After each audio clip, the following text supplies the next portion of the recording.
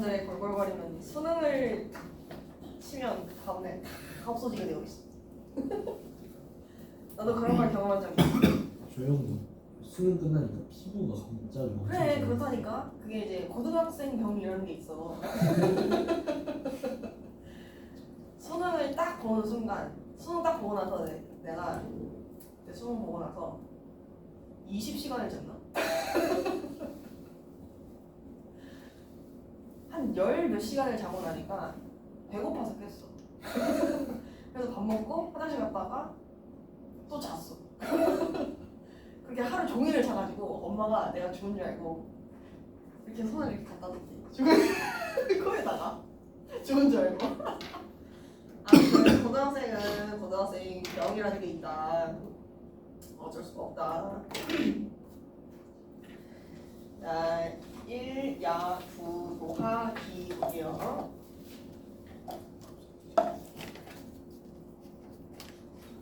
이거 제목의 의미부터 좀 얘기를 해줄게. 자, 1, 야. 이거는 하룻밤이라는 뜻이고요. 밤 하나. 그래서 하룻밤. 그 다음에 구, 도, 하. 이거는 강을 건너다 라는 뜻이야. 건너다. 그러니까 하룻밤 새이 얘가 강을 9번 건넜다는 뜻입니다. 구, 도, 하. 강을 9번 건넜다. 이제 9글자야. 9구. 그래서 이 글에서 하려고 하는 얘기는 뭐냐? 이 작가가 박지원이죠. 박지원인데 자기가 밤에 강을 9번 건넜던 이야기를 강을 건넌 경험을 통해서 얻었던 깨달음에 대해서 이야기를 하는 글입니다. 그래서 이 글은 교술가입니다. 상당히 재미는 없어요. 자, 갈래부터 좀 들어가 볼게요. 갈래. 이 글의 갈래는 한문수필이고요. 한문수필. 그리고 기행수필이다. 이제 한문수필이라는 거는 말 그대로 한 번으로 만들어진 수필이라는 얘기, 한 번으로 만들어진 수필이라는 거고, 그다음에 기행수필이라는 거는 자기가 어디 여행을 다녀온 거를 기반으로 해서 쓴 수필이라는 뜻이죠. 그렇지? 자, 그래서 이 작품의 주제는 무엇이냐? 그래서 어떤 깨달음을 얻었느냐? 얘는 이제 외물에 현혹되지 않는, 외물에 현혹되지 않고 사물의 본질을 보는 중요성, 본질을 알아보는 것의 중요성. 이게 이제 이 작품의 주제입니다. 얘가 어떤 경험을 하고 이제 강을 건너는 경험을 하고 그를 통해서 깨달은 바를 썼다고 했잖아. 얘가 강을 건너면서 처음에는 이 강 물살이 되게 막 세 보이는 거야. 그래서 이 강에 흘러가는 거에 대해서 조금 두려움이 있었어. 근데 어찌저찌 건너면 건너갈 수는 있는 거 같아. 그래서 이제 너무 두려우니까 밤에 갔어. 내가 지금 눈에 이 강물이 불어있다라는 걸 눈으로 봤기 때문에 두려움을 느끼는 거다라고 생각을 해서 이제 시야가 안 보이는 밤에 이거를 찾아가게 됩니다. 그랬더니 그 강물의 소리가 막 이렇게 들리는 거야. 이제 눈이 안 보이니까 이번에는 강물이 흐르는 소리 때문에 내가 강물을 무서워하게 됐구나. 그래서 이 눈과 귀에 현혹되지 말고 이제 강을 건너야겠다라고 생각을 해가지고 그래 이제 빠지든지 말든지 하면서 이제 자기가 이제 마음을 딱 먹은 다음에 강을 건너니까 그 불어있는 강을 9번이나 건널 수 있게 되었다. 그러니까 모든 것은 이제 마음가짐, 마음먹기에 달려있는 거니까 내 눈앞에 보이는 거, 내 귀에 들리는 거를 신경 쓰지 말아라 라고 하는 게 이 작품의 주제입니다. 오케이? 무슨 말인지 알겠어? 응. 자, 그러면 특징 몇 가지만 정리를 해볼게요. 자, 첫 번째, 경험을 통해서 깨달음을 제시하고 있다. 경험과 깨달음의 구조.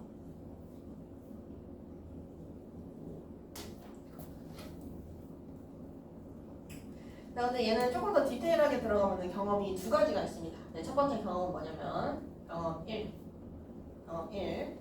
누운 상태에서 방에서 계곡물 소리를 듣는다.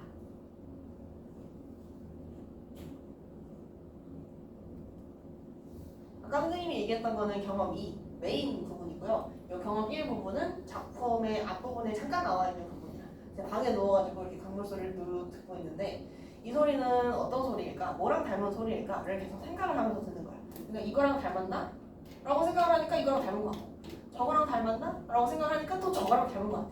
그러니까 생각을 해보니까 내가 이 물소리에 대해서 이 선입관을 딱 잡은 상태에서 이거를 들어가게 되면은 그쪽으로 들리게 되더라라는 거야. 그러니까 모든 것은 마음가짐에 달렸다. 이걸 얘기하고 싶은 거죠. 그래서 깨달음. 우리 깨달음은 마음가짐에 따라서 마음가짐에 따라 물소리가 다르게 들린다.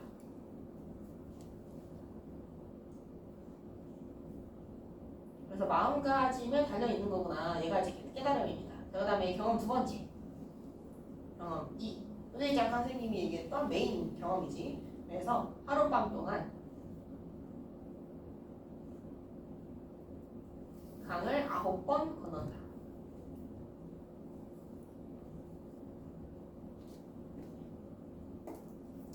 그래서 외물에 현혹되지 않아야 한다는 점.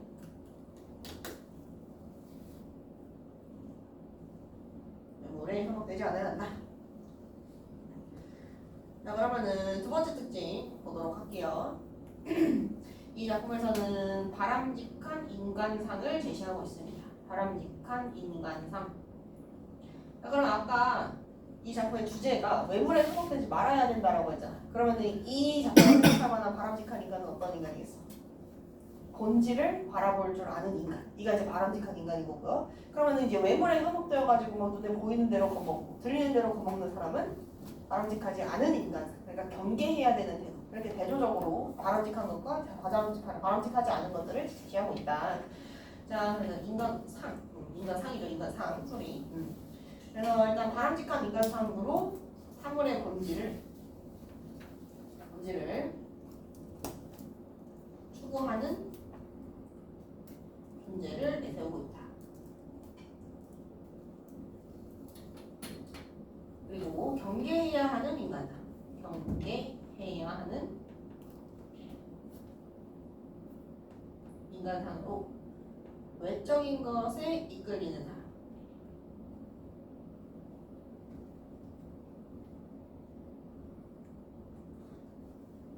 그래서 보이는 대로만 사물을 판단하고 들리는 대로만 사물을 판단하는 거. 그건 이제 경계해야 되는 거고, 보이는 거, 들리는 거에 현혹되지 말고 그 사물이 가지고 있는 본질을 바라봐라. 이게 이제 이 작품의 주제입니다. 자, 그러면은 본문 가보도록 합시다. 자, 물이 두 산 사이에서 흘러나와서 바위에 부딪히며 상하게 싸우면서 놀란 파도, 성난 물결, 군이 그다음 큰 물결, 이제 군이 났다는 건 화가 났다는 거야. 싸움이 났다. 와, 막 이렇게 거칠게 막 이렇게 흐르고 있다는 얘기죠. 그리고 화가 난 물보라, 이제 부슬픈 여울, 흐느끼는 소용돌이가 다른 나무에 부딪히고 부비치고 번도 없이 치면서 으르렁 소리치며 울부짖고 포효하고 언제나 만리장성을 꺾어서 무너뜨릴 기세이다. 여기서부터 여기까지 다 무슨 얘기냐? 물이 사납게 흐르고 있다라는 걸 쭉 늘려서 얘기를 한 거지. 맞아? 근데 그 표현 방식을 따지면은 물이 뭐 사납게 싸우고 있다, 놀라고 있다, 이런 식으로 의인화 많이 사용하고 있고요. 그 다음에 흐느끼는 소용돌이가 달아나고 부딪히고 으르렁 소리가 난다, 이런 식으로 뭐 청각적 이미지 많이 사용하고 있죠. 그래서 만대의 전차 혹은 만마리의 전투 기병들, 만틀의 전투 대포, 만개의 전투 북을 가지고도 무너뜨리고 깔아서 뭉갤 것 같은 저 야단스러운 소리를 충분히 형용할 수 없을 것 같다. 그럼 여기서 얘기하는 저 야단스러운 소리가 이제 물소리 이거지. 시끄러운 물소리입니다. 물소리. 자, 밑으로 가봅시다. 모래밭 위에 큰 바위돌은 우뚝하게 외따로 서 있고 강 준덕의 버드나무 숲은 까마득하고 어두컴컴해서 마치 물귀신과 강 도깨비가 앞을 다투어 튀어나와 사람을 노리는 것 같다. 이것도 다 이제 뭐 얘기하는 거야? 물귀신이랑 강 도깨비가 막 이렇게 싸우는 것 같아. 이것도 이제 물이 넘실거리는 모습을 이렇게 거칠게 표현을 한 겁니다. 그리고 교령과 이무기가 양쪽에서 서로 잡고 움켜쥐고 낚아채려 날뛰는 듯한 모습. 이거 둘 다 물에 넘실거리는 모습이다. 그걸 이제 비유적으로 표현을 하고 있는 거죠. 그래서 여기는 옛날 전쟁터이므로 강물이 으르렁거리며 소리를 낸다고. 그러나 이는 그런 까닭이 아니다. 물은 강물 소리란 듣는 사람이 어떻게 듣느냐에 따라 달려 있을 뿐이다. 그러니까 다른 사람들은 이 물소리가 왜 이렇게 사납냐라고 얘기했을 때 여기는 전쟁터이기 때문에 그렇습니다 라고 대답을 하는 경우들이 있어. 근데 여기에 대해서 반박을 하면서 내가 생각했을 때 강물 소리란 듣는 사람에 따라서 달라지는 것이다, 이렇게 얘기를 하고 있죠. 그치? 그래서 이 부분에서는 일반적인 사람의 일반적인 생각입니다. 일반적인 생각. 그리고 이 생각을 반박을 하면서 이제 자신의 주장을 드러내고 있다.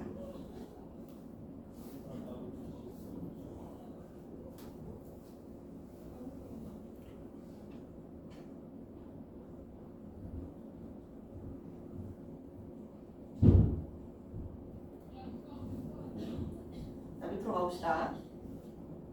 자, 내가 사는 연암협이라는 곳의 산중에는 집 앞에 큰 개울이 있다.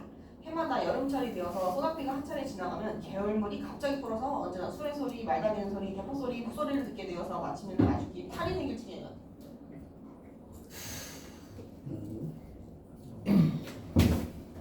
뭐야 너? 너 안 온다고?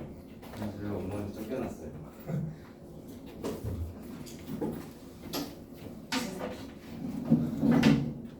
여기 일야 부도하기.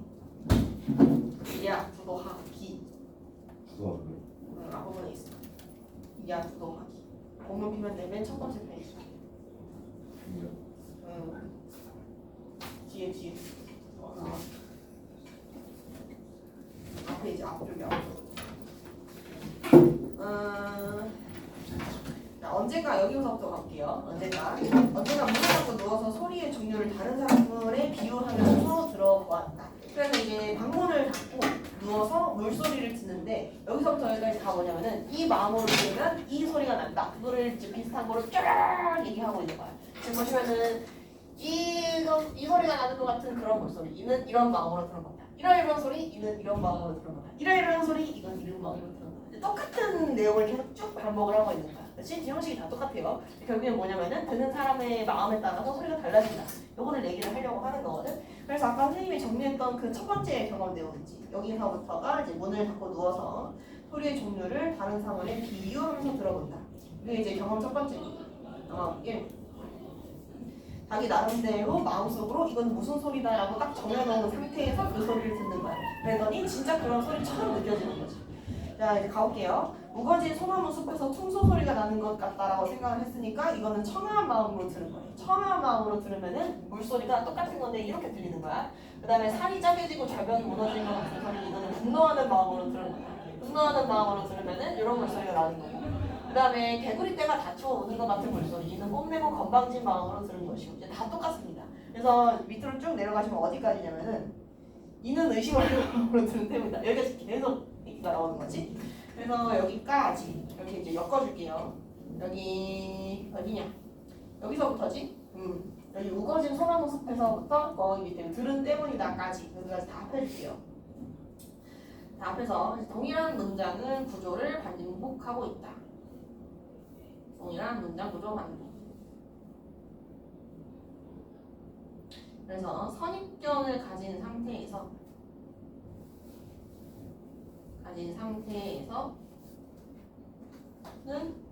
본질을 알 수 없다. 사물의 본질을 알 수 없다.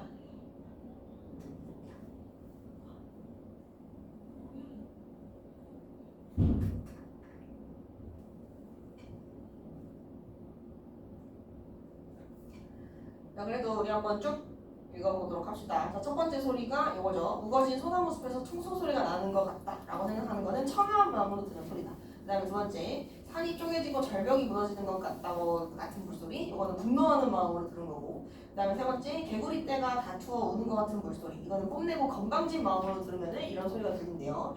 그러고 나서 이제 네 번째, 번개가 번쩍하고 천둥이 치는 것 같은 물소리, 이는 놀란 마음으로 들은 것이다. 마음이 놀랐으면 천둥 치는 소리를 들리고. 그 다음에 다섯 번째, 찬물이 화력이 약하고 강함에 따라서 각기 보글보글 끓는 것 같은 소리, 이는 아취 있는 마음으로 들은 것이다. 이제 이 아취라는 거는 고아한 정취라는 뜻입니다. 고아한 정취. 좋은 마음으로 들으면 좋게 들리는 거고 나쁜 마음으로 들으면 나쁘게 들린다라는 얘기입니다. 검은고가 가락에 맞게 소리가 나는 것처럼 뚱땅거리는 물소리, 이는 애잔한 마음으로 들은 것이다. 그래서 여기 검은고 부분이 6번. 그 다음에 7번이 요겁니다. 종이 창문에 우풍지가 떠는 듯 화려를 하는 물소리, 이거는 의심하는 마음으로 들은 때문이다. 그래서 이제 똑같은 문장을 7번 정도 이제 반복을 했다. 자, 뒤로 가볼게요. 모두 그 바른 소리를 듣지 못하는 까닭은 다만 자신의 마음속에 어떤 소리라고 이미 설정, 그러니까 선입견을 가졌기 때문이라는 얘기죠. 선입견을 가졌기 때문에 귀가 소리를 그런 쪽으로 듣기 때문이다. 자, 그럼 보시면은 모두 그 바른 소리를 듣지 못하다라고 얘기를 했지. 맞아? 근데 위에 보면은 얘가 좀 예쁜 소리로 듣는 것도 있고 좀 이상한 소리로 듣는 것도 있단 말이야. 근데 예쁜 소리로 듣는 것도 사실 본질적인 건 아니었다는 거지. 무슨 말인지 알겠어? 이렇게 듣는 거. 아름다운 소리라고 듣는 거라든지 아니면은 조금 더 추한 소리로 듣는다라든지 이런 것들은 결국엔 다 본질이 아니다. 오케이? 이해됐어? 응. 다 본질이 아니라는 거. 이거 일치문제 같은 거 조심하세요. 자, 밑으로 가보시면 오늘 나는 한밤중에 한 가닥 강물을 이리저리 9번이나 건넜다. 이제 강물을 9번 건너는 거 얘가 두 번째 경험 2. 강물은 장성 바퀴 변방에서 흘러들어와서 장성을 뚫고 유하와 조하, 황화, 진천 등 여러 가닥의 강물이 모여서 미룬성 안해를 지나서 백하가 되었다. 그러니까 이제 백하가 강하류 쪽이죠. 강하류. 그래서 나는 어제 배를 타고 백하를 건넜는데 그것은 바로 이 물의 하류였다. 내가 아직 요동 땅에 들어서지 못했을 때에는 바로 한여름이라서 떼약볕 아래 길을 가는데 갑자기 큰 강이 앞을 막았다. 지금 보시면은 떼약볕 아래 길을 간다고 했거든. 그럼 지금 시간적 배경이 언제야? 낮이지. 그치? 낮에 이 강물을 봤을 때 강물이 넘실거리는 걸 보고 얘가 겁을 먹는단 말이야. 그래서 밤에 가게 되면 눈앞에 강물이 안 보이지. 안 보이는 상태에서 소리가 들려. 근데 그 소리에 또 겁을 먹습니다. 그래서 낮에서 했던 경험, 밤에서 했던 경험 이런 식으로 나눠서 기억해 주시면 좀 편할 것 같아요. 일단은 낮 먼저 얘기를 합니다. 그래서 이제 붉은 흙탕물이 산더미처럼 밀려서 끝이 보이질 않았는데 이런 경우는 대체로 천리밖에 폭우가 내린 까닭이다. 그럼 지금 폭우가 내려서 강이 불어있는 상태다. 자, 뒤로 한번 가볼게요.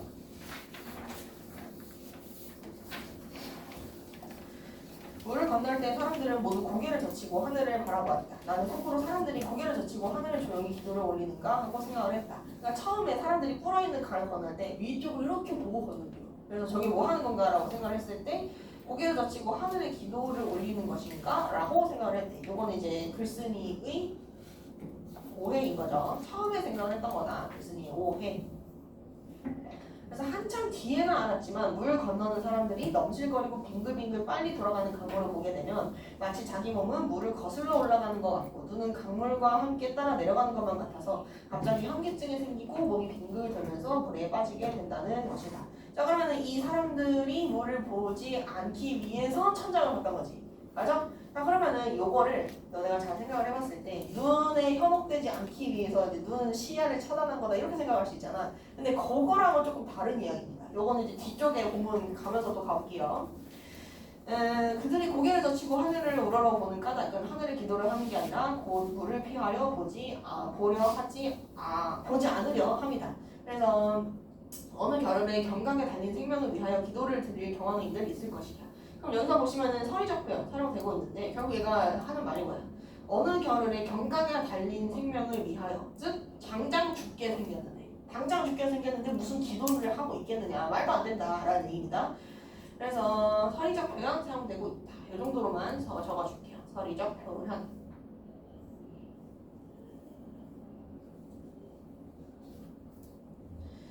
그래서 또 가봅시다. 모두들 말하기를 요동의 벌판은 넓고 펀펀하기 때문에 물소리가 요란하게 나지 않는다라고 한다. 이는 물을 몰라서 하는 말이다. 그러면 여기서 얘기를 하는 게 모든 사람들이 이렇게 말을 한다잖아. 그렇지? 이거는 일반적인 통념입니다. 일반적인 통념.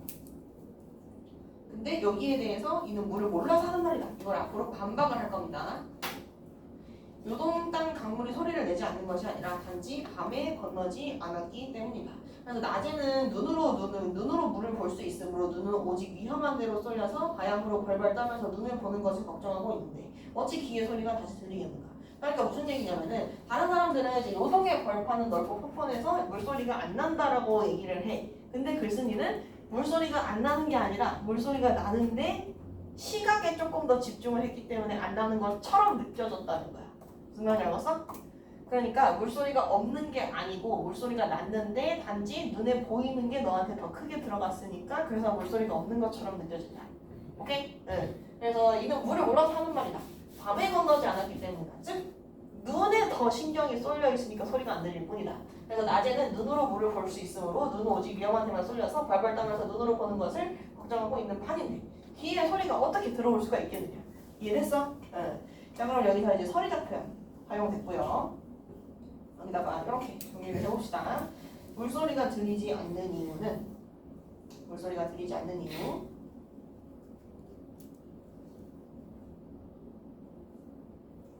이유는 시각에 지나치게 빠져들었기 때문.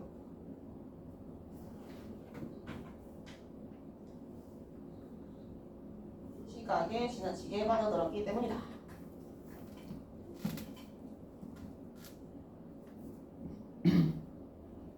자, 그럼 밑으로 또 가봅시다. 오늘 나는 밤중에 물을 건너는지라. 그러면 아까는 낮이었지? 그렇지? 지금부터는 밤 시간대입니다. 밤 시간대에 밤에 물을 건너는 경험이에요. 눈으로는 그 위험을 볼 수 없으니 그 위험은 오로지 듣는 데에만 뚫려서 귀가 바야흐로 무서워 부들부들 떨면서 그 걱정을 이기지 못하게 되었다. 그럼 낮에는 눈 때문에 무서워. 보이는 것 때문에. 근데 밤에는 소리가 들리는 것 때문에 무섭다. 요 얘기를 하는 거죠. 그래서 이제 나는 오늘에서야 도라는 것이 무엇인지 깨달았도다. 마음에 잡된 생각을 끄는 사람, 곧 마음의 선입견을 가지지 않는 사람은 육신의 귀와 눈이 탈이 되지 않거니와 귀와 눈을 믿는 사람일수록 보고 듣는 것을 더 상세히 살피게 되어 그것이 결국 더욱 방패를 만들어낸다는 사실을. 그럼 여기서부터 여기까지가 이 글의 주제가 딱 정확하게 담겨 있는 부분이죠. 그렇지? 마음에 잡된 생각을 끄는 사람, 그러니까 선입견을 가지지 않는 사람. 이런 사람은 육신의 눈과 귀가 탈이 되지 않는다. 여기까지가 본질을 보는 사람. 그래서 바람직한 인간 사항이 제시된 부분.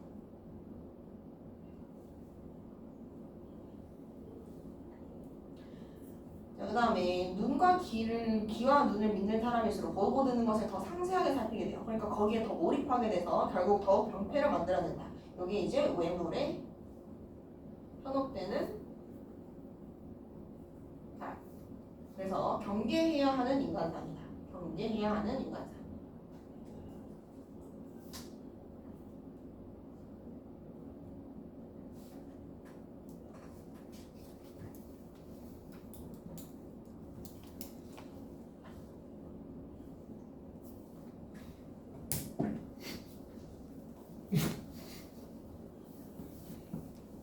적었어?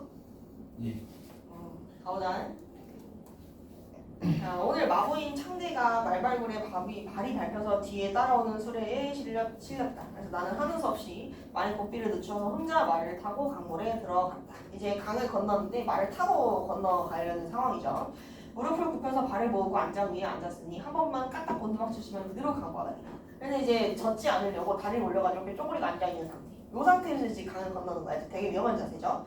그래서 강물을 땅이라고 생각하고 강물을 옷이라고 생각하고 강물을 내 몸이라고 생각하고 강물을 내 성품과 기질이라고 생각해서 마음속으로 깜찍껏 한번 떨어지기를 각오했다.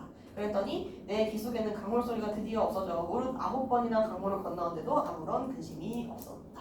무슨 얘기 하려는지 좀 감이 오시죠? 눈에 현혹되면 두려워서 강을 못 건너. 귀에 현혹되면 또 두려워서 강을 못 건너. 그래서 눈과 귀를 다 이제 버리고 내 이제 마음을 잘 수양해가지고 그냥 빠지면 되지 그냥 하고 이제 마음을 딱 잡으니까 그제서야 눈과 귀의 두려움이 들리지 않게 되고 강 건널 수 있게 되었다. 오케이? 응. 자 그러면은 강물을 땅으로 생각하고 여기서부터 각오했다 부분까지 여기까지. 글쓴이의 마음가짐 그리고 초연한 태도. 위 상황의 초연한 태도를 보이고 있다.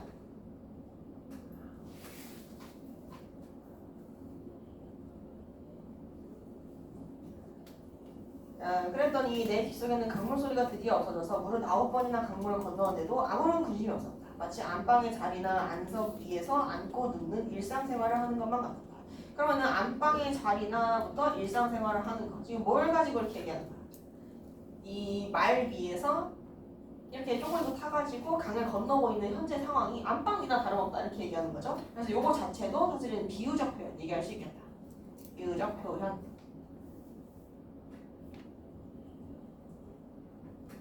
그래서 옛날에 우임금이 강물을 건너는데 타고 있었던 배가 황룡의 등에 올라앉는 위험을 당했다. 그러나 죽고 사는 판가름이 이미 마음속에 먼저 분명해지니 그의 앞에는 용인지 도용인지 좋기 문제가 되지 않았던 것이다. 자 지금 보시면은 우임금이라는 사람이 나왔는데 여기 이제 고사가 인용된 부분이거든요. 그래서 이 고사가 어떤 고사인지 뒤에서 간단하게 설명을 해주고 있어. 강물을 건너고 있는데 배가 황룡의 등에 올라앉았대. 그러니까 어느 순간 밑에서 갑자기 괴물이 이렇게 나와가지고 그 배가 붕 떴다는 얘기죠. 그렇지? 근데 일반적으로 이렇게 이런 일이 생기게 되면 되게 놀랄 거 아니야. 근데 이 노임금이라는 사람은 죽고 사는 판가름이 이미 마음속에 먼저 분명해졌대. 죽든 살든 알 바가 아니다. 이걸 조금 더 자세하게 얘기를 해주자면은 얘는 약간 독화적인 마인드를 갖고 있었던 사람이야. 산다는 것은 그냥 잠시 더부살이 하다 가는 것에 불과하다. 그리고 죽는 것은 그냥 자연으로 돌아가는 것이다. 그래서 생사에 이미 초탈해 있던 사람이었던 거야. 그래서 이런 일이 생겨도 얘는 딱히 두려운 바가 없었던 거지. 오케이? 그래서 이제 그 앞에 용인지 용이 이거를 띄우든 동업이 띄우든 그거는 별로 상관할 필요가 없었던 거였다. 오케이? 응. 그러면 이 우임금이라는 사람은 바른 인간상이냐 아니면 경계해야 되는 인간이 상인 거냐? 바람직한 쪽이겠죠. 그렇지? 그래서 여기 고사인용 옆에다가 이렇게 봅시다. 죽고 사는 판가름이 이미 먼저 분명해졌다라는 거는 얘는 이미 생사에 초연해져 있는 상태였습니다. 초연해진 상태. 초연해진 마음가짐. 그래서 죽음의 위협에도 흔들리지 않는다.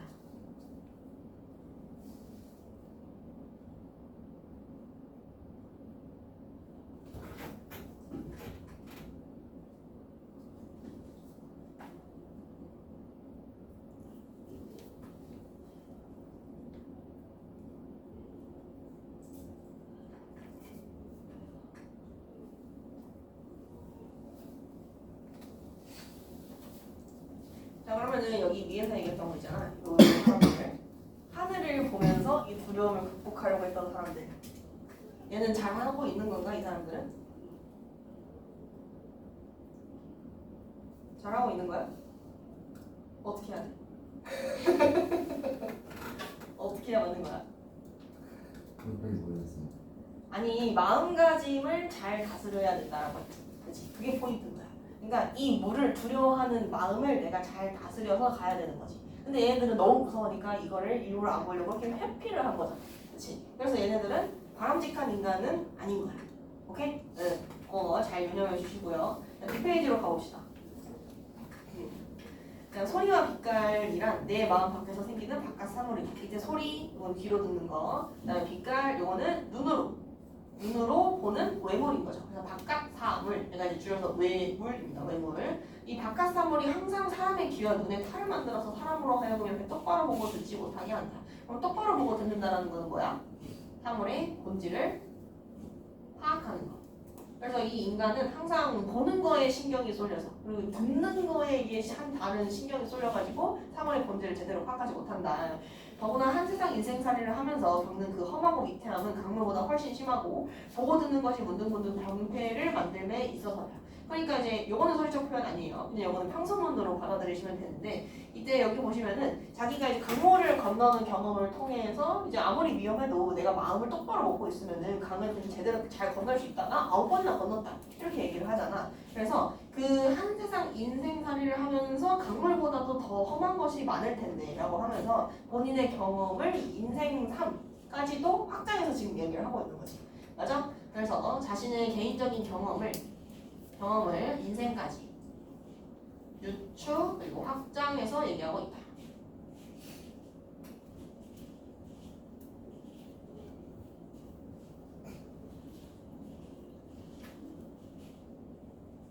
이해되세요? 야, 근데 오늘 시간 되게 빨리 갔다. 그지 않아? 벌써 6시 반이야? 오. 자, 아무튼 마지막 문제 볼게요. 내가 장차 연암형 산골짜기로 돌아가서 다시 앞 시냇물 소리를 들으면서 이를 시험해 보리라. 아, 될 것 같은데? 내가 얻은 깨달음 얘기하는 거지. 마음가짐을 다르게 하면은 내가 마음만 제대로 먹으면 이 위협으로 인한 두려움이 생기지 않는다. 그걸 이제 시험을 보려고 한대요. 또한 자기만 유익하게 하는 처신에 밟고 자신의 총력만을 믿는 사람에게 이를 가지고 경고하노라. 그러면 자기만 유익하게 하는 처신에 밟고 총력만 믿는 사람, 얘는 어떤 사람들이야? 자기가 똑똑하다고 생각하는 사람들. 그렇지? 그래서 눈과 귀에 잘 현혹되는 사람들을 얘기하는 거겠다. 그래서 봅시다. 얘는 경계해야 하는 인간상이다. 경계해야 하는 인간상. 그래서 외모에 현혹되는 사람.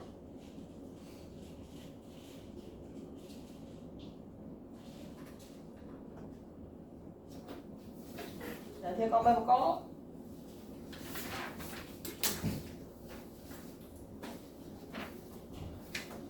다음부터는 너무 육진가? 얘들아? 좀 써줄까? 모르겠어요. 근데 넌 중간에 들어왔으니까 모르지. 당연한 걸 모르고.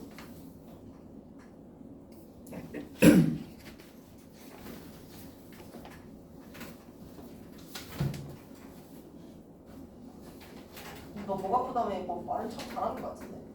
뭐 아파요. 지랄. 기침하고 기침 한 번도 못 들었고 뭘 기침을 해. 이 기나긴 시간 동안 한 번도 못 들었는데. 응? 아래 뚫는 소리도 없구만. 아파요. 나도 한다. 응? 진짜예요. 네, 진짜예요. 그냥 와, 이거 진짜. 응? 공부 해야지. 네. 응.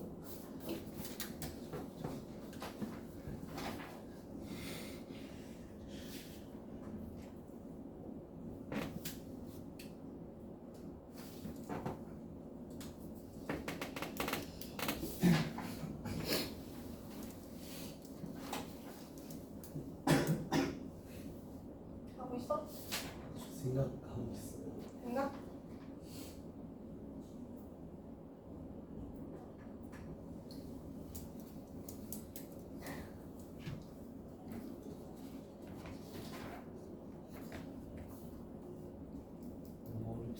어려워요. 네, 대소지우세요. 응. 대설질문은 좀 쉬운 편이야. 너무 시간이 촉박하지 않아요? 많이 할 수 있어. 나는 할 수 있어. 나는 할 수 있어. 가능해. 작품이 그렇게 어렵지 않아. 고1 모의고사에서 나왔단 말이야.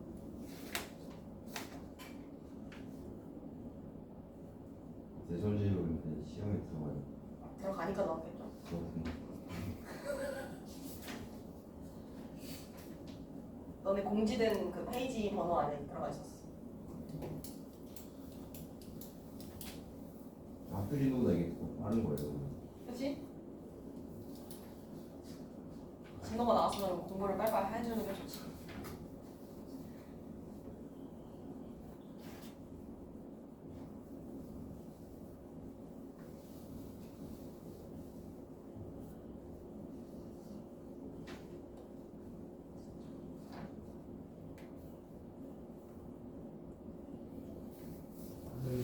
아는 건다 썼어. 아는 거 다 썼어? 네. 아는 게 없는 거야? 쓰긴 썼어요. 조금 썼어요.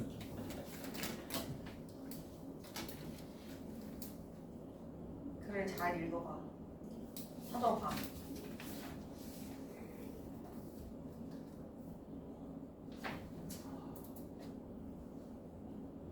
이번엔 조금이라도 올려야지. 너 한 20점 올릴 수 있을 것 같은데 그거 잘하고 열심히 하면. 80점 이하라고 확신하시네요. 응, 그렇지.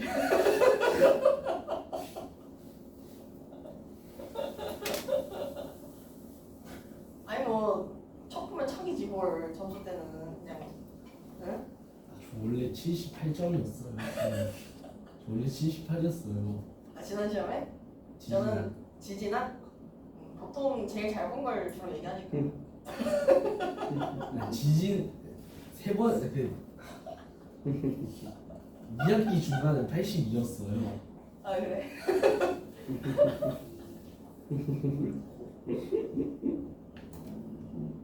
아 그러면 떨어질 예정이었는데 방어를 한 건가? 공부하면서 약간 그런 느낌. 지금 하락세. 그래 떨어질 예정이었는데 지금 공부하면서 조금 방어를 한 거라고. 이렇게 하다가 이렇게 살짝 떨어졌다 이렇게 떨어졌다. 그래 이제 조금씩 업보가 덮치는 거야 너를. 원래 국부가 그래. 응? 점수가 실력에 비례하지 않아요 그거는.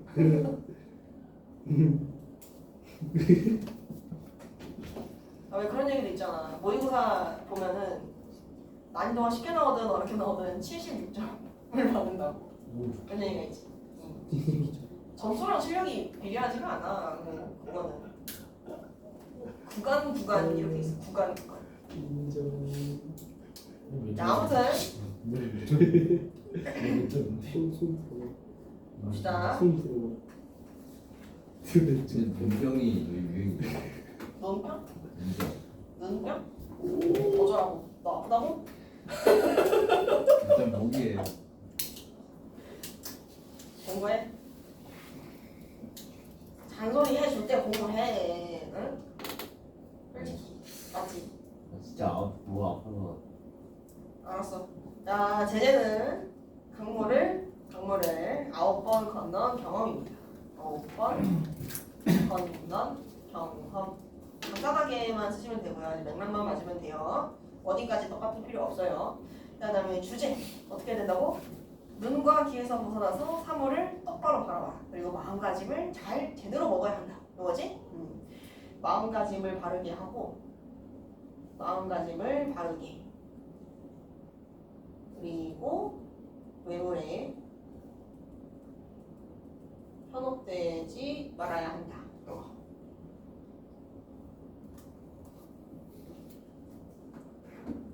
그 다음에 특징.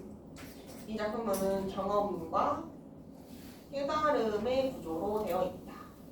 경험과 깨달음의 구조. 자기가 무슨 경험을 했는데 생각해보니까 많은 물은 마음가짐을 편하게 먹어야지 이제 두려움에서 벗어날 수 있는 것이구나 이렇게 깨달음을 얻게 되는 거죠. 그 다음에 대조되는 인간상을 제시하고 있다. 대조되는 인간상 제시. 그래서 현혹되지 않는 사람이 바람직한 쪽이고요. 현혹되면서 살면서 이제 자기가 총명하고 있는 거는 경계해야 되는 인간상이다. 자, 밑에 이제 제목의 의미, 이거는 일야, 하룻밤, 일야, 하룻밤. 그 다음에 구도하, 9번. 강을 건너는 이야기.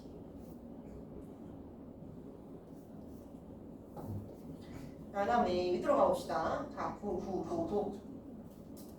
그래서 이 기 부분에서는 그 처음에 우리 경험 1 조그맣게 먼저 제시했던 부분 있죠. 거기 부분이 기입니다.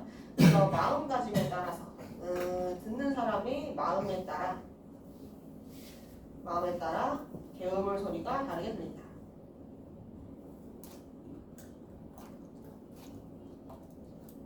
개울 물이에요. 개울물.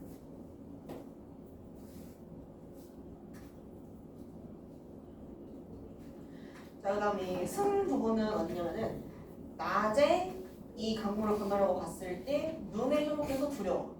밤에 이 강물을 건너려고 봤을 때 소리에 현혹돼서 두려워. 거기까지가 승 부분입니다. 그래서 귀 그리고 눈에 의존하면 강물 소리의 두려움을 느낀다.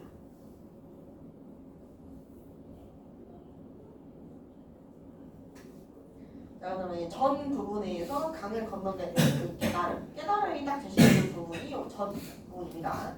그다음에 결 부분이 마지막에 이제 인생살이로 확장을 하면서 이제 바람직한 인간상을 제시했던 부분. 자신의 개인적인 경험을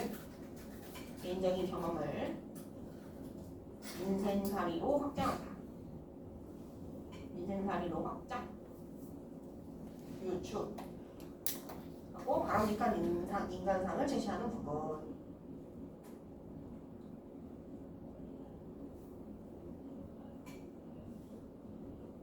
그 다음에 밑으로 가봅시다. 낮의 강물 무서워요. 뭐 때문에 무섭지? 보이니까. 그래서 눈에 현혹되어서 두려움을 느끼는 거고요. 그 다음에 밤의 강물은 귀, 소리에 현혹되어서 두려움을 느끼는 거다. 그래서 이런 경험들을 통해서 어떤 깨달음을 얻어? 눈과 귀에 현혹되면 강물이라는 것을 제대로 보지 못하는구나. 오케이? 그래서 감각기관, 즉 눈, 귀에 현혹되지 않아야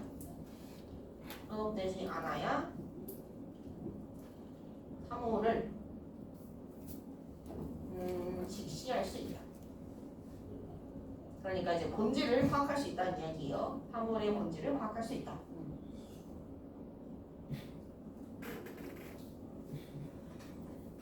자, 그 다음에 또 가봅시다. 여기 작가의 깨달음, 보고 듣는 것과 관련해서 얘가 어떤 생각을 했는지, 그리고 마음가짐에 대해서 어떤 생각을 했는지, 요걸 이제 다시 한번 정리를 해보자는 거야. 보고 듣는 것은 사람의 마음을 현혹시키는 것. 그게 보고 듣는 것이죠. 그럼 마음가짐은 이제 내가 잘 다스렸을 때 두려움에서 벗어날 수 있는 것. 이렇게 생각하면 될 것 같아요. 자, 그래서 감각에 현혹되면 사물을 이식할 수 없다.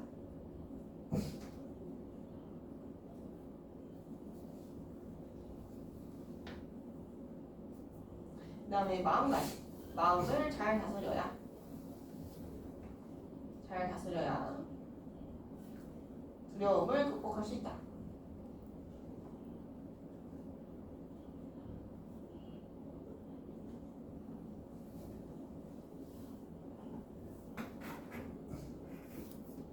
그래서 마지막 부분 작품에 나타난 인간상.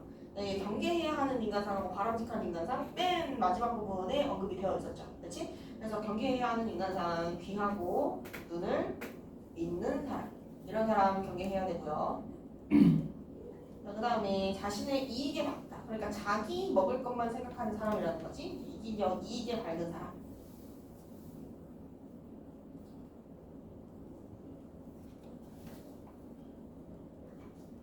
그리고 총명함을 믿는다.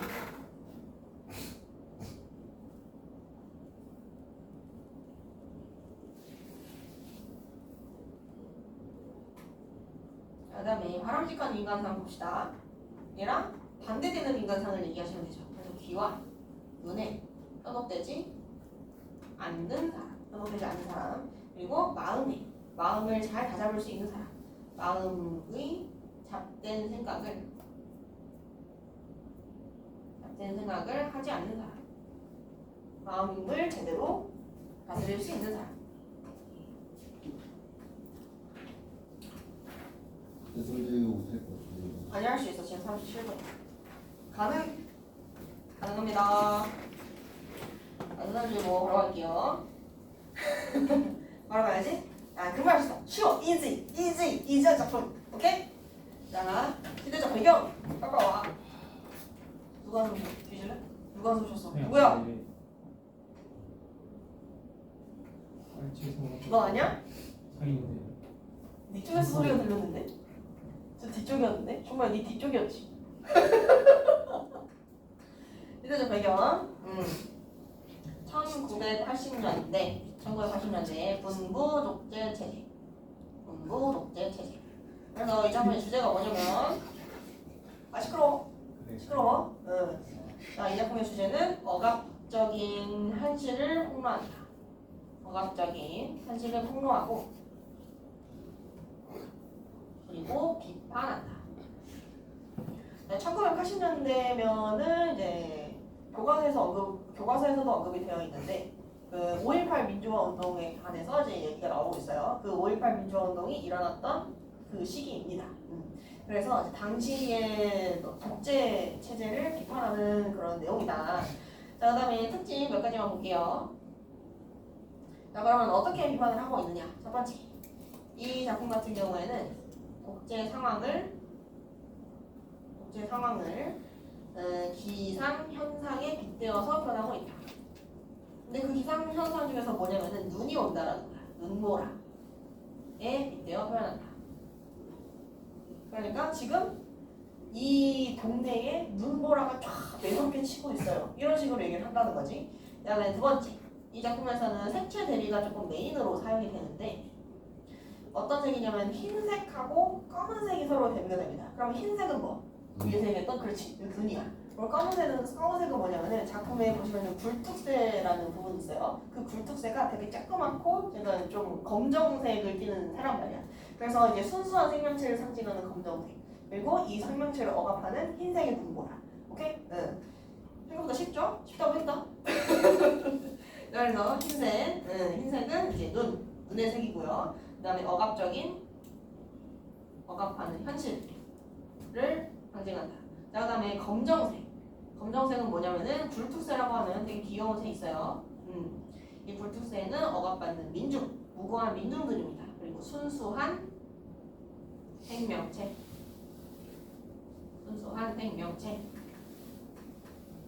자, 그 다음에 세 번째.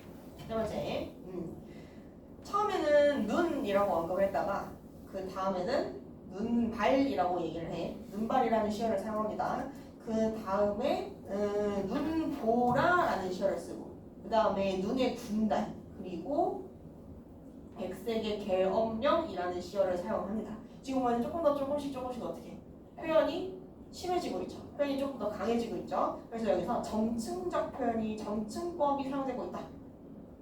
점층법이 사용되고 있다. 너네 계엄령 뭔지 알아? 왜 웃어? 아니요.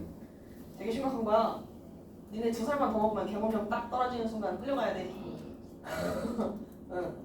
계엄령이 딱 떨어지면은 그게 국가 비상사태잖아. 그치? 국가 비상사태죠. 그래서 헌법의 기능을 일시 정지하고, 헌법도 기능을 못해요. 헌법의 기능을 일시 정지하고 국가에서 이 위기 상황을 헤쳐나가기 위한 이런저런 것들을 다 할 수 있는 그게 계엄령이야. 예를 들면은 니네가 가지고 있는 차를 뺏어간다든지, 니네가 살고 있는 집을 뺏어간다든지, 아니면은 군대로 이제 동원을 한다든지 이런 것들이 다 가능해집니다. 그게 계엄령이에요. 그렇습니다. 자, 아무튼 가보도록 합시다. 자, 대설주의보. 여기서 보시면 대설이라는 것도 이제 눈보라가 내리칠 예정이라는 얘기지. 그럼 대설주의보라는 거는 비상 상황에 지금 현 독재 체제를 빗대어서 표현을 한 겁니다. 그다음에 해일처럼 굽이치는 백색의 산들. 이 백색의 산이라는 건 무슨 뜻이야?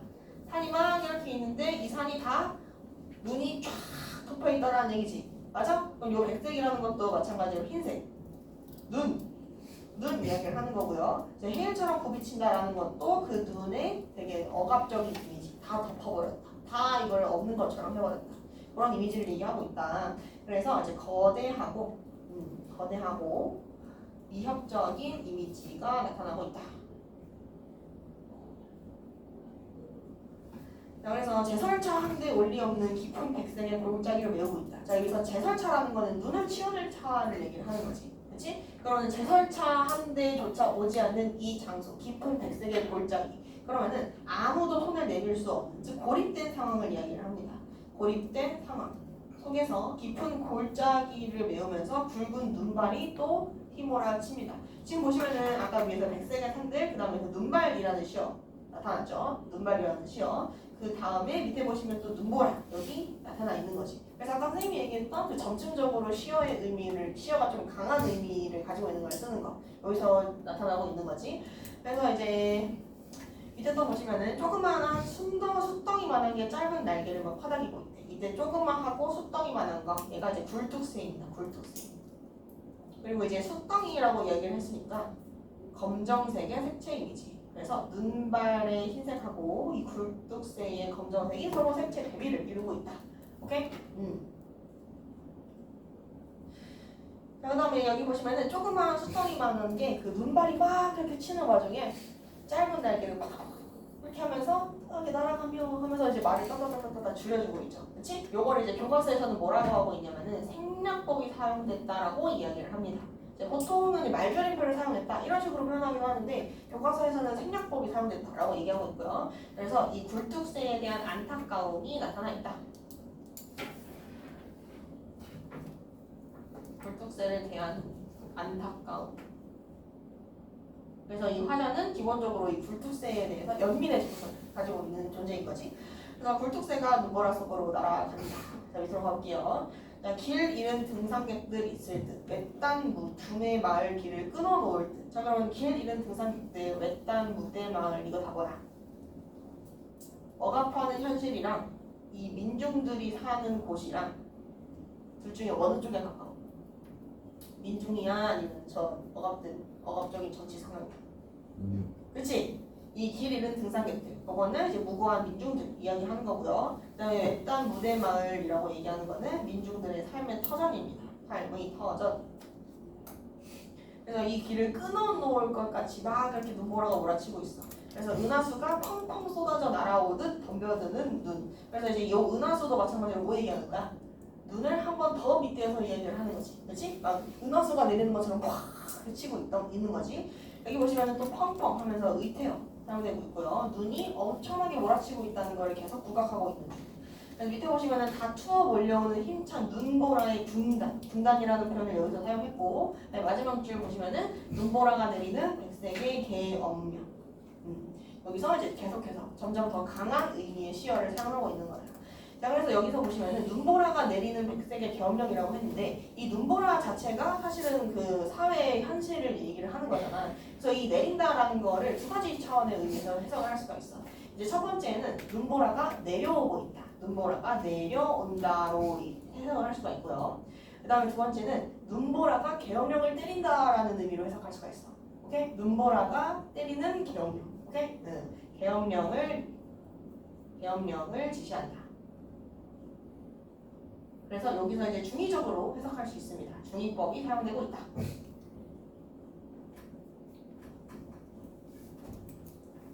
자, 바로 뒤로 갈게요. 자, 조그만 호떡이만한 게 짧은 날개를 파닥이며 여기서 똑같은 시행 쭉 반복하고 있지. 그렇지? 같은 동일한 시행 반복하고 있다. 그래서 불특새에 대한 연민의 정서를 조금 더 강조하고 있다. 날아온다 거칠한 불특새가 여기 뭐지? 날아온다 거칠한 불특새가 도치법 사용되었습니다. 도치법. 서둘러 뒷간에 몸을 갖춘다. 이제 눈보라가 너무 세니까 뒷간으로 호로록 들어가서 숨는 거지. 그래서 그 어디 부리부리한 설계라도 도사리고 있는 것인가. 근데 이 설계가 뭐냐면은 맹금류예요. 맹금류. 그러면은 이 굴뚝새 입장에서는 설계는 피해야 되는 존재죠. 들키면은 내가 잡아먹힐 수도 있는 거잖아. 그래서 이 설계는 눈이랑 똑같은 녀석입니다. 눈. 자, 밑으로 더 가봅시다. 길 잃고 굶주리는 산 짐승들 있을 듯 눈 더미의 무게로 소나무 가지들이 부러질 듯 그랬어. 자, 그러면 이 산 짐승은 어느 쪽이야? 길 잃고 굶주리는 산 짐승. 착하냐 나쁘냐? 나쁘네. 자, 길을 잃었어요. 굶주렸어요. 왜? 눈보라가 막 치니까 길도 잃고 굶주리기도 하고 그러는 거지. 그렇지? 그래서 이제 길 잃고 굶주리는 이 산짐승들은 민중입니다. 민중을 얘기하는 거예요. 이 산짐승이라는 게 멧돼지나 호랑이만 있는 게 아니야. 토끼도 있고요, 다람쥐도 있고요, 청설모 이런 것들도 다 산짐승이다. 이런 것도 있죠. 그 다음에 눈더미의 무게로 소나무 가지들이 부러질 것만 같아. 소나무 가지 어느 쪽이야? 민중 쪽이죠. 그렇지? 소나무 가지도 민중입니다. 자, 그래서 밑에 가볼게요. 다투어 몰려오는 힘찬 눈보라에 든다. 떼죽나무와 떼 끓이는 웹단지 굴뚝에 해일처럼 굽이치는 백색의 감과 골짜기. 그러면은 여기 보시면은 떼죽나무와 떼를 끓인다라는 건 뭐야? 민중의 일상적인 삶의 모습. 그러니까 이러한 생활이 일어나고 있는 웹단지 굴뚝인 거니까 얘도 마찬가지로 민중의 삶의 터전으로 볼 수가 있겠죠. 민중의 삶의 터전. 그래서 요 웹단지 굴뚝에도 마찬가지로 해일처럼 굽이치는 백색의 산과 골짜기, 눈보라가 내리는 엔터 버전 백색의 계엄령. 지금 보시면은 눈보라가 내리는 백색의 계엄령 여기도 동일한 시구가 한 번 더 반복이 됐지, 그렇지? 근데 이 반복되는 위치도 똑같습니다. 우리 앞에 두 번째 보시면은 1년, 2년 해가지고 2년의 마지막 부분 여기 들어가 있는 거고, 그 다음에 뒷페이지도 보시면은 3년, 4년 해서 맨 끝에 이렇게 요 자리에 들어가 있는 거지, 맞아? 그러면 동일한 위치에 동일한 식구를 반복한다. 그래서 이 계엄령이 아직까지 끝나지 않았다는 걸 얘기를 해주는 거지. 뽀로로로로 백색의 계엄령, 뽀로로로로 백색의 계엄령. 그러면 다음 것도 계속 그 상황이 이어진다라는 얘기니까. 오케이? 지금 억압적인 현실이 계속 지속되고 있음을 나타낸다.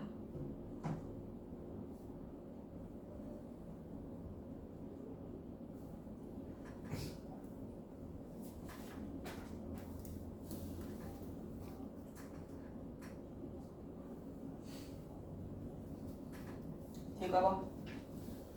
네? 아, 해 빨리. 할 수 있어. 너무 시간이 좋은 거 아니에요? 할 수 있어. 가자. 10대 체력. 화장실 좀 갔다 올게요. 5분만 참아. 아 지금 뭐가 있었나요? 개빡치게 하지 마 빨리.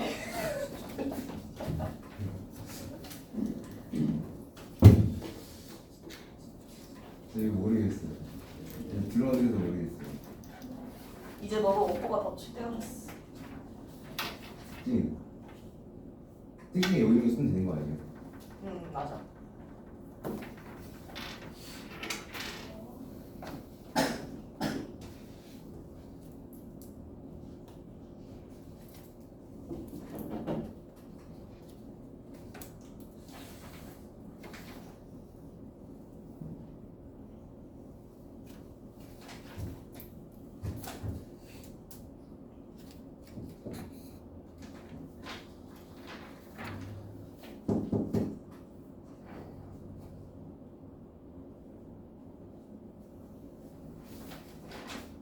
어쨌든 설계도 그 위협하는 세력이에요. 설계? 잡아먹히는 거니까.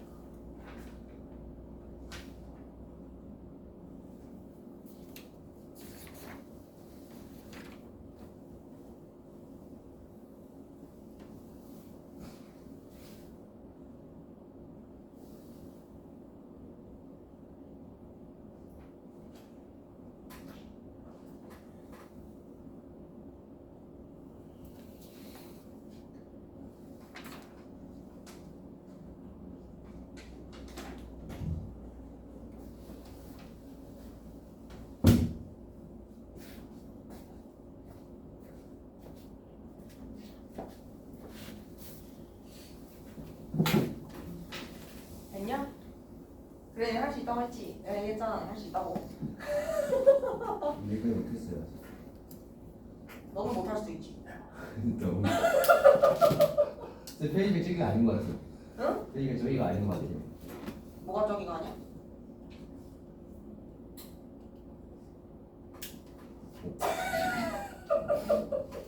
사실 답이 있었습니다. 근데 같이 쓰면서 봐야지. 쓰면서 보는 게 좀 더 너의 머리를 잘 들어갈 거라고 생각해서 지금 시간이 너무 없는 관계로 빨리 갈게요. 네. 근데 니네 교재는 없어요. 네? 교재는 답이 없어요. 그냥 점검해, 점검. 오케이? 응. 자, 특징 거기 앞에 있었던 그 내용입니다. 그래서 초반에 사회적 현실을 기상주의보 방식을 통해서 우의적으로 기상주의보 방식을 사용하고 있다. 그래서 여기 사용된 부분이 어디야? 제목 대설주의보 이게 들어가 있는 거지, 그렇지? 대설주의보라는 제목에 이거 들어가 있는 거고요. 그다음에 대립적 시연을 통해서 시대 현실과 민중적 삶의 모습을 드러낸다. 그래서 색채 대비랑 같이 연관되어서 얘기하시면 되죠. 그래서 이제 억압하는 세력, 억압을 당하는 세력. 그래서 억압하는 세력 흰색, 억압당하는 세력 검정색 이렇게 가는 거지. 오케이? 자, 밑으로 갈게요. 눈의 의미를 점층적으로 확장한다. 그래서 눈이었다가 눈발, 그다음에 눈보라, 그다음에 눈명 이렇게 점점적으로 확장해 나간다는 거.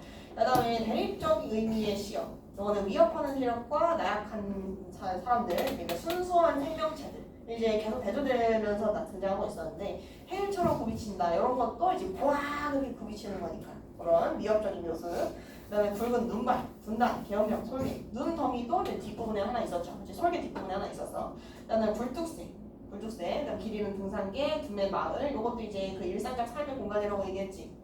그다음에 길 잃고 굶주림요, 산지우승도 이쪽으로 들어가는 거고, 그다음에 소나무 가지 꺾일 것 같아요. 그다음에 외딴지 굴뚝을 통해서 이렇게 들어가요. 이런 것들 다 억압 당하는 생명체입니다.